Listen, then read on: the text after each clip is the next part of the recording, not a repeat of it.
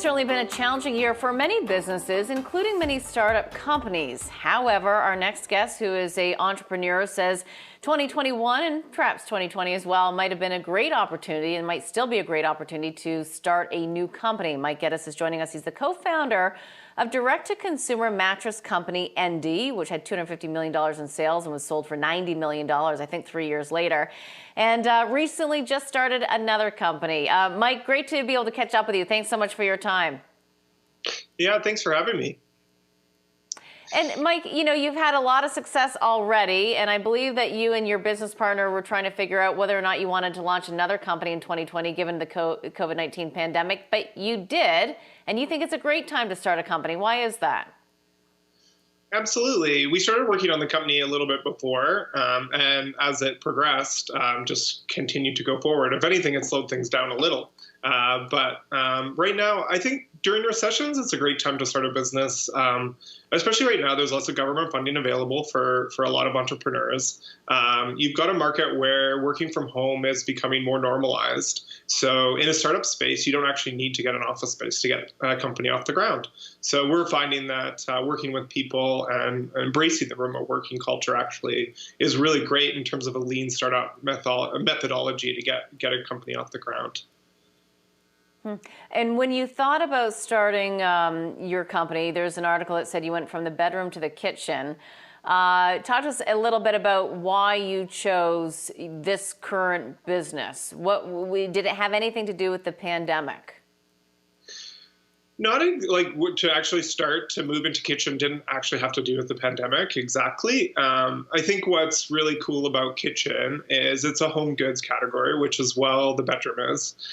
Seeing that more and more people are spending time at home these days and seeing the trends going in the right direction. More people are cooking from home. More people are focused on doing things inside the home. So businesses that are based around that fact are in a good position.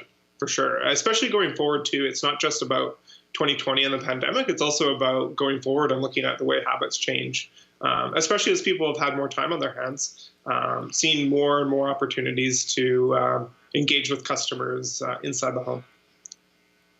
And what have been, though, some of the challenges that you've faced? I mean, of course, there's concerns surrounding supply chains. How has that affected you and your team, or were you able to move around that?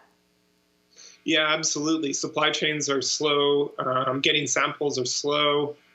Getting things moving. Everything is at a different pace. So part of it is having a plan and a backup plan and continuing to reinvent and look at new ideas.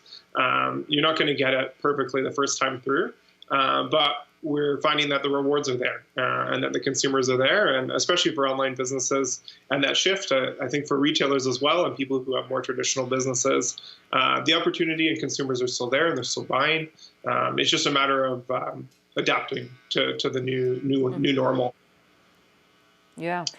Mike, with all of your incredible experience from starting and launching and selling Endy, direct-to-consumer mattress company, what tips and lessons can you give some of the entrepreneurs who might be listening? I think one of the biggest things, and seeing this again, going back to the start, is just putting one foot in front of the other and taking action. Entrepreneurship for me has always been an action word where you need to get moving, you need to get something going. Ideas are always great, and if lots of friends think your idea is a good idea, that's awesome, but it has to also be tested with consumers and see what people actually do once you put your product or your service in front of them. So taking action is a big thing. Another piece is access to capital. So being able to get that is important for entrepreneurs. So I think there actually are some really good opportunities with government funding, and I've been recommending that for budding entrepreneurs. And I think having some faith in yourself that everything's going to work out. You're not going to get it exactly right the first try, and it's about having some resiliency and seeing it through to the end and having some trust in the process that it's all going to work out. But yeah, it takes some iteration for sure. And Mike, I'm curious as well, you know, when we think about Canada as a competitive landscape to start a business versus the United States, we talk a lot about taxes and also the higher cost of energy for businesses here. What's your view as you look at Canada and how we're positioned to really attract entrepreneurs to really go for it? I look at Canada as access to talent. There's really smart, great people here.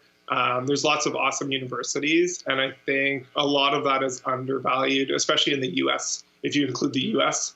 as a comparison. So to start businesses here is awesome. I think in Toronto, the biggest thing was office space, and now being able to start a business remotely and with a group of people using Zoom chat is really powerful in being able to access people across Canada.